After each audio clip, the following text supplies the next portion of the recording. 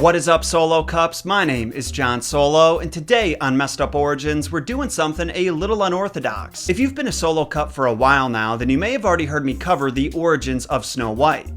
Twice. The first time I focused exclusively on the Grimm brothers rendition, and the second time was a much more thorough breakdown of the fairy tale's history and the way it's evolved across time and from country to country. But this week we're going to take that story's evolution into the 20th century, right past the 1937 Disney classic to a graphic novel written and released by Neil Gaiman in 1995 called Snow, Glass, Apples. It's an extremely sinister take on the familiar fairy tale where the perspective shifts from Snow White to the alleged antagonist, the evil queen. And while I don't want to spoil anything, an entirely new side of the story is revealed that completely turns it on its head. I always say that my videos will change the way that you see these classic tales forever, but this one might just take the cake. Speaking of taking the cake, actually, the episode I made last year about Coraline, another one of Gaiman's masterpieces, just took the #1 spot on my most viewed videos of all time list. 3 million goddamn views. The pressure is really on for this one, huh? The good news is I've got a ton of weird and wild stuff waiting for you in this episode. I'm talking dark magic, murder, necrophilia,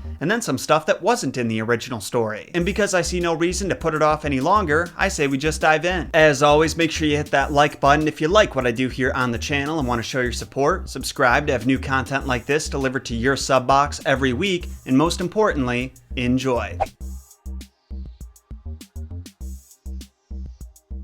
So with this being our third episode about Snow White, I'm pretty sure we're past the point where I need to completely review the original story or Disney's version. Instead, I'm just going to make the bold assumption that you have at least a general idea of how the plot unfolds. That being said, when I draw comparisons between Gaiman's work and the others, I'll make sure to be descriptive enough that if you haven't heard or seen the originals in a long time, you won't be completely lost. Now, a setup as old as time, but with a twist. When the story opens, the narrator, the evil queen, who I'm going to name Regina in honor of the character in Once Upon a Time, gives us the typical background information you'd expect. A princess is born, her mother dies, and her father is left to remarry. Only this time she specifically says the princess, Snow White, killed her mother during childbirth. Mind you, it didn't say that she died during childbirth, but that she was killed. Then we're told the story of the evil queen's romance with the king, from her perspective, which doesn't unfold how you'd expect. In most of these fairy tales, when a stepmother is introduced, she's a manipulative, scheming hag who's after the man's riches or social status. But in this one, the king quite literally sweeps a young maiden off her feet, asks your place or mine, then they ride off to Pleasure Town. It must have been a nice trip too, because not long after it, the king marries Regina, she becomes queen and moves into the castle when Snow White's at the tender age of 5. The young queen notices some weird behavior from her stepdaughter right off the bat though. For example, she looks nothing like her mother, whose portrait hangs over the mantelpiece,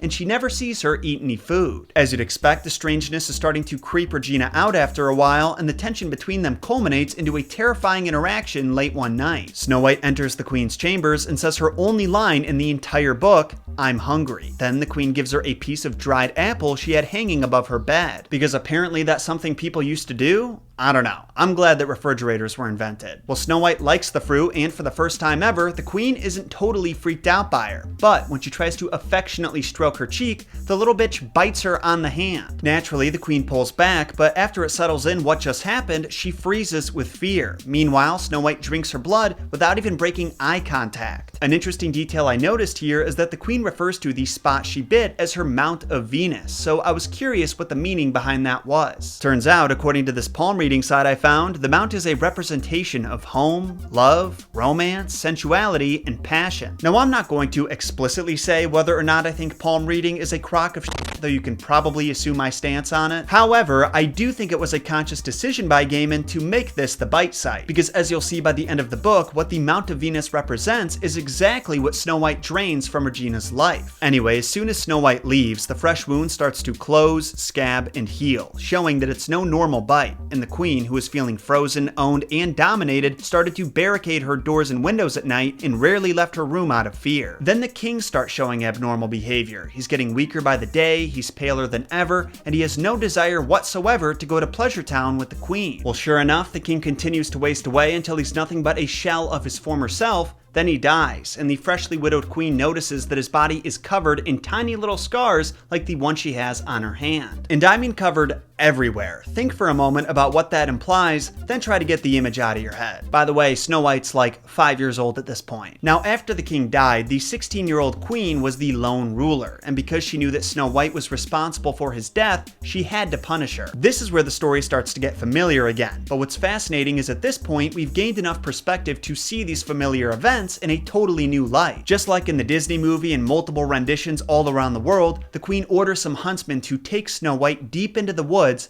cut out her heart, and bring it back to her. See? It didn't matter how dramatic I said it, or the fact that Snow White is only 5 years old at this point. You know she's a patricidal vampire lunatic, so you're not appalled about the idea of her murder. And it's a good thing too, because in this version it actually happens, and it's not pretty. Now, in a clever callback to the original tale, the queen makes a point to deny the rumors, or in other words, the stories that you and I are familiar with, that she was going to eat the girl's heart, or that the huntsman let her go and swapped out a boar's heart instead. She said both rumors are impossible because she hung the heart above her bed, and that she knows it was Snow White's because an animal's heart would not have continued to beat. And if that's not the most metal thing you've ever heard a queen say, I don't know what queens are hanging out with, but I'm gonna avoid them.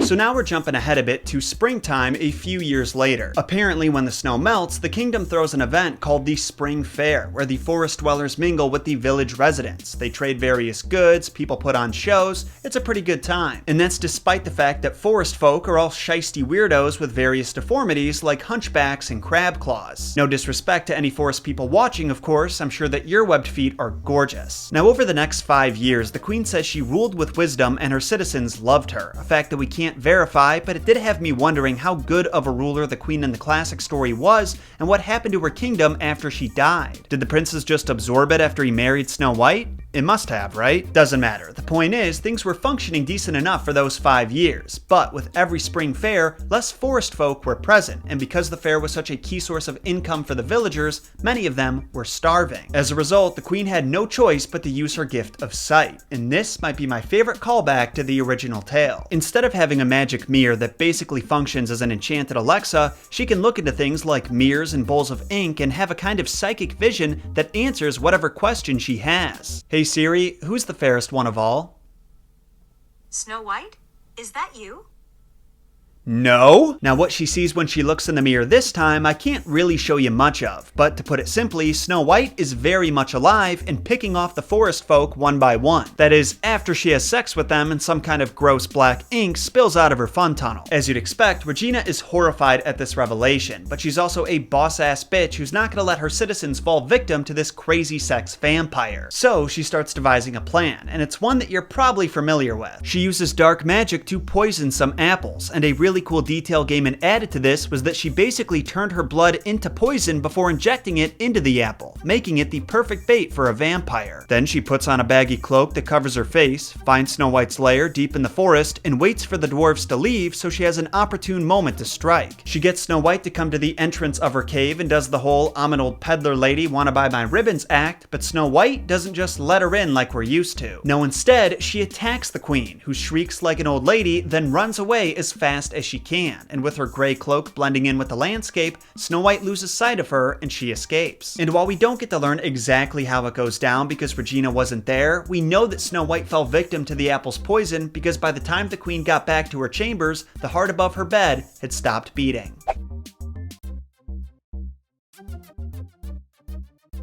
Hey Bubba, how you doing? Doing okay? Are you gonna take a nap? If you guys don't mind, Gunther's going to join me for this section. Now we jump ahead 6 months to the next spring fair, which isn't restored to its former glory just yet, but had improved considerably. Regina also mentions seeing Snow White's former roommates there buying glass and crystals from the villagers, which they were no doubt using to make her coffin. Jumping ahead again, he's such a nut job. Jumping ahead again, this time 2 years into the future, here's where the story reaches peak kinkiness. To put it simply, Regina's kingdom is visited by a prince who has a thing for women just a bit past their expiration date, and Regina learns this the hard way.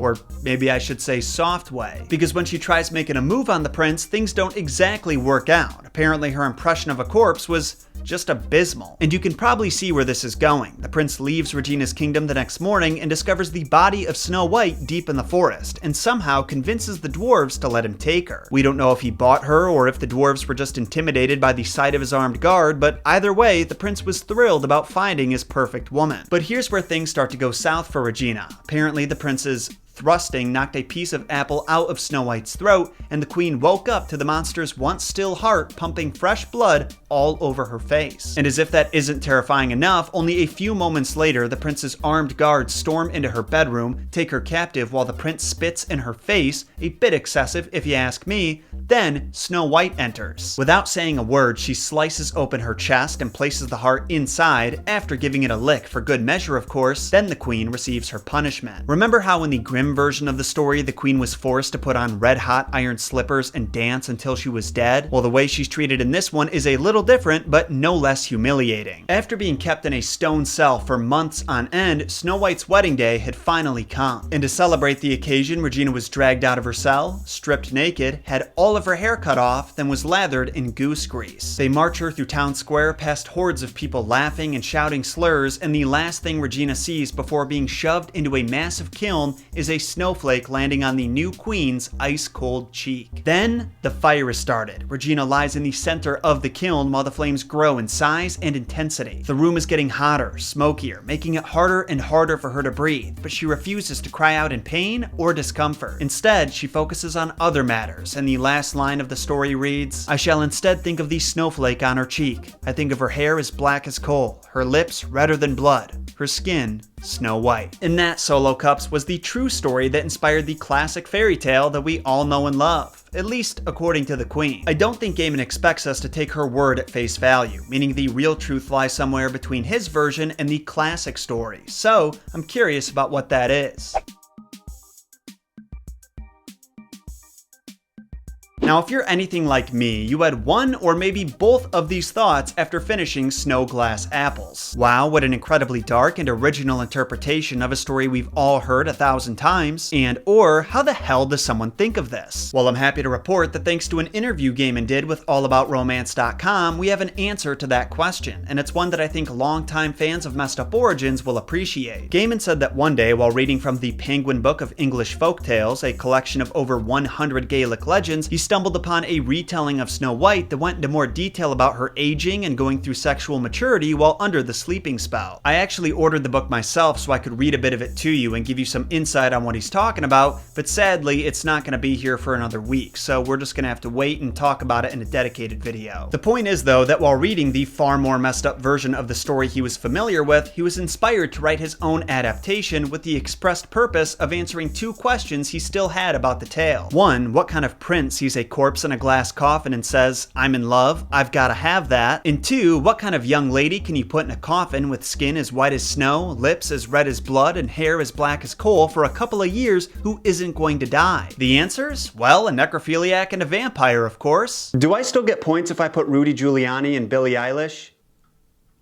Yes. Anyway, Gaiman said that when he made that connection, the whole story was right there in front of him, and he was very eager to write it. But a story is obviously more than just words, right? Especially one like this. That's why he partnered up with Colleen Doran, an artist whose work you may recognize from Sandman, a comic series also written by Gaiman, and even some Marvel comics to create the incredible art that makes up the novel. Doran said that she was inspired by the work of artist Harry Clark, who is known for his ornate stained glass pieces featuring big-eyed characters that's believed to have had an influence over character design in manga. And when you look at the art in Snow Glass Apples, that stained glass style is very apparent. Though I have to say, if I saw a church with windows that looked like this, I'd probably stay beyond a 50-mile radius to avoid being sacrificed to Cthulhu. Another deliberate style choice that Doran made was to avoid the panel borders that you typically see in comics. Being that the story is told through the Queen's memories and imagination, she wanted it to have a free-flowing sensibility, and in my opinion, she totally nailed it. Even if there were no text at all, you could easily figure out how things unfold chronologically and the fact that it's all happening in a flashback. Fortunately, the words are there, and they, in partnership with Duran's art, tell a beautiful and terrifying story that reminds us to always question what we know, because maybe, just maybe,